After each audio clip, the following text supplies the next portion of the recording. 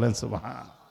আমার নবীকে আল্লাহ কারো কাছে কোনো অক্ষর শিক্ষা নেওয়ার জন্য পাঠান নাই, যদিও নবীজি পার্থিবভাবে কিছু শিখেন নাই, কিন্তু নবী বলেন উতিতু ইলমাল আউয়ালিন ওয়াল আখিরিন, আগে পরের যাবতীয় ইলম জ্ঞান প্রজ্ঞা আল্লাহ তাআলা আমার সিনায় ঢেলে দিয়েছিলেন, আগে পরের সব ইলম আল্লাহ আমাকে দিয়েছেন। জোরে কন্যা সুবহানাল্লাহ।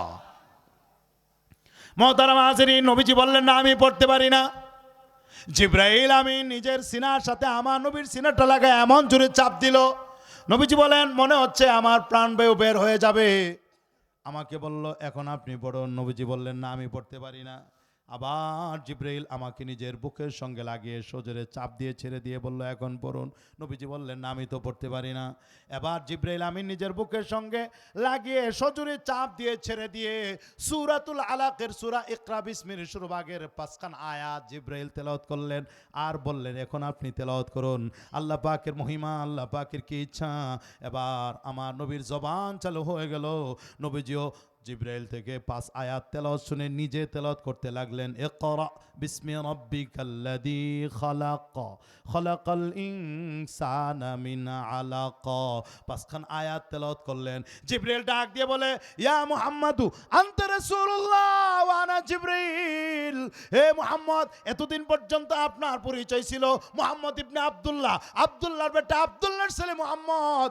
আজ থেকে আপনার সেই পরিচয় বড় পরিচয় নয়, আজ থেকে আপনার সবচেয়ে বড় পরিচয় হলো আপনি হচ্ছেন মুহাম্মাদুর রাসূলুল্লাহ, আপনি হচ্ছেন আল্লাহর মনোনীত রাসূল।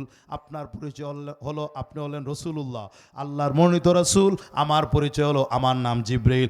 মাঝে মাঝে আল্লাহর কাছ থেকে কোরআনের ওহী বহন করে আপনার কাছে নিয়ে আসবো। কোরআনের ওহীটা এটা কিন্তু খুব ভারী জিনিস। কতটুকু ভারী? নবীজি যখন কোনো সোয়ারির উপরে থাকতেন, কোরআনের ওহী নাজিল হতো, সোয়ারিটার দাঁড়িয়ে থাকতে পারতো না, সোজা শুয়ে পড়তো। সুবহানাল্লাহ বলেন।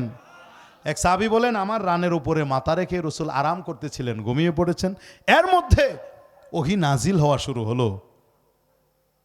সাহাবী বলেন আমার কাছে মনে হচ্ছিল আমার রানের হাড্ডিগুলো ভেঙে যেন চুরমার হয়ে যাচ্ছে। জোরে কোন সুবহানাল্লাহ। কোরআনে আল্লাহ বলেন ইন্না সানুলকি আলাইকা কাওলান সাকিলা, ও নবী আমি আপনার উপরে অত্যন্ত ভারী জিনিস নাজিল করব। কোরআন হলো ভারী জিনিস, আপনি আলগাই দিলে সবাই আলগাইতে পারে, কিন্তু এটা না। কোরআন কত ভারী শুনেন আয়াত থেকে আল্লাহ বলেন ইন্না আরাদনাল আমানাতা আলাস সামাওয়াতি ওয়াল আরদি ওয়াল জিবাল ফাআবাইনা আন ইয়াহমিলনাহা ওয়া আশফাকনা মিনহা ওয়া হামালাহাল ইনসান। আল্লাহ বলেন এই কোরআনকে আমি আল্লাহ 7 আসমানের সামনে অফার করলাম। আমি আসমান আমার আমানত 30 পারা কোরআন তোমার উপরে নাজিল করব, গ্রহণ করবে কিনা বলো? আসমান বলে না না, কোরআন ভারী জিনিস, বহন করতে পারবো না, শক্তি নাই, সাহস নাই। অপারগতা প্রকাশ করলো, অক্ষমতা প্রদর্শন করলো। আল্লাহ বলেন অস্বীকার করলো, ভীত সন্ত্রস্ত হয়ে গেল। 7 আসমান কোরআনকে বহন করতে চাই নাই। এবার আল্লাহ জমিনকে ডাক দিয়ে বলেন এ জমিন তোমার উপরে আমি কোরআন নাজিল করতে চাই, নিবে কিনা বলো? আমার আমানত বহন করবে কিনা বলো?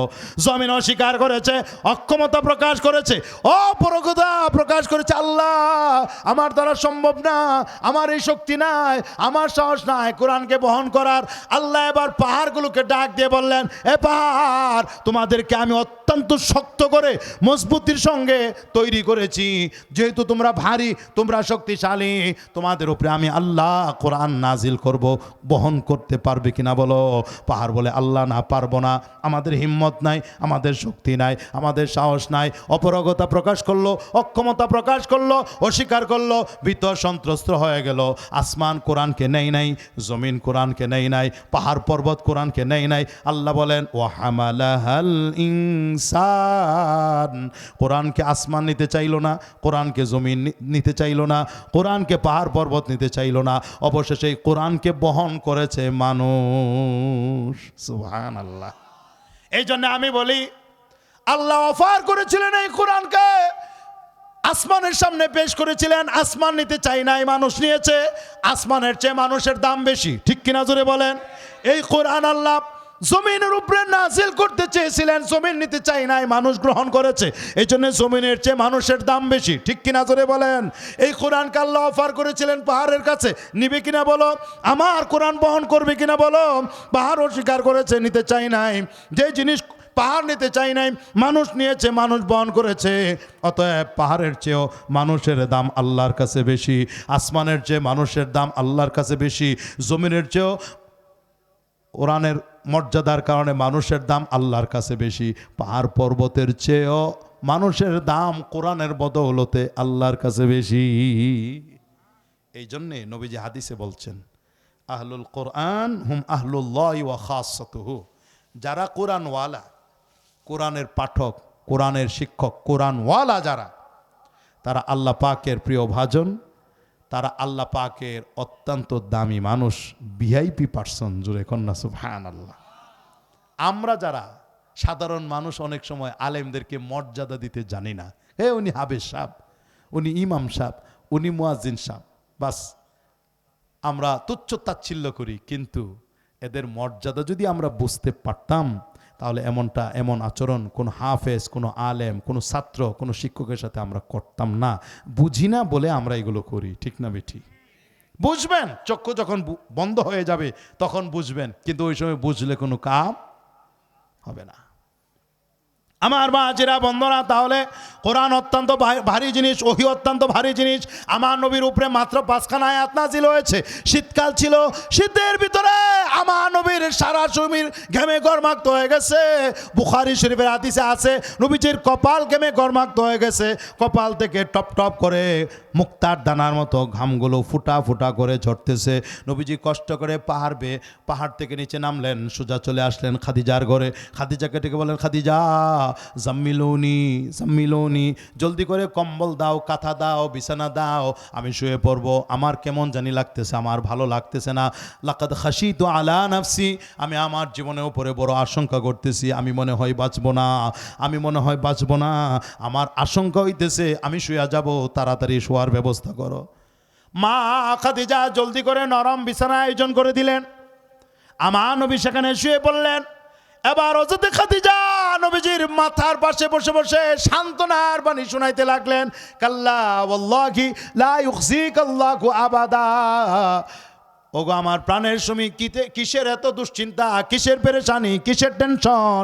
আপনি কোনো দুশ্চিন্তা পেরেশানি করবেন না। আল্লাহ নামের কসম করে বলি, আল্লাহ পাক কোনোদিন আপনাকে লাঞ্ছিত অপমানিত করবেন না।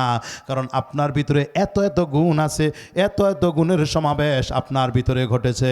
গোটা আরবের মধ্যে আপনার মতো গুণে গুণান্বিত আর একটা মানুষও নাই।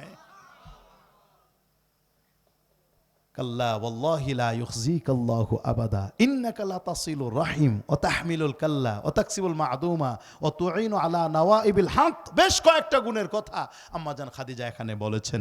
বন্ধুরা আমার, বলার উদ্দেশ্য হলো, নবীজি তিনি যে নবুয়তি লাভ করেছেন, এই কথাটাও হযরত খাদিজার কাছে বলতে পারেন নাই, পরে বলছেন।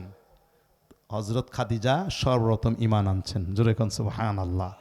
নবীজি নামাজ পড়লেন, হযরত খাদিজা নবীজির পাশে দাঁড়ায় নামাজ পড়লেন। তাহলে এই উম্মতের মধ্যে সর্বপ্রথম যিনি ঈমান এনেছিলেন তিনি একজন মহিলা, নবীর সাথে যিনি সর্বপ্রথম নামাজ আদায় করলেন তিনি মহিলা, তিনি হলেন মহিয়সী নারী মা খাদিজাতুল কুবরা রাদিয়াল্লাহু তাআলা আনহা।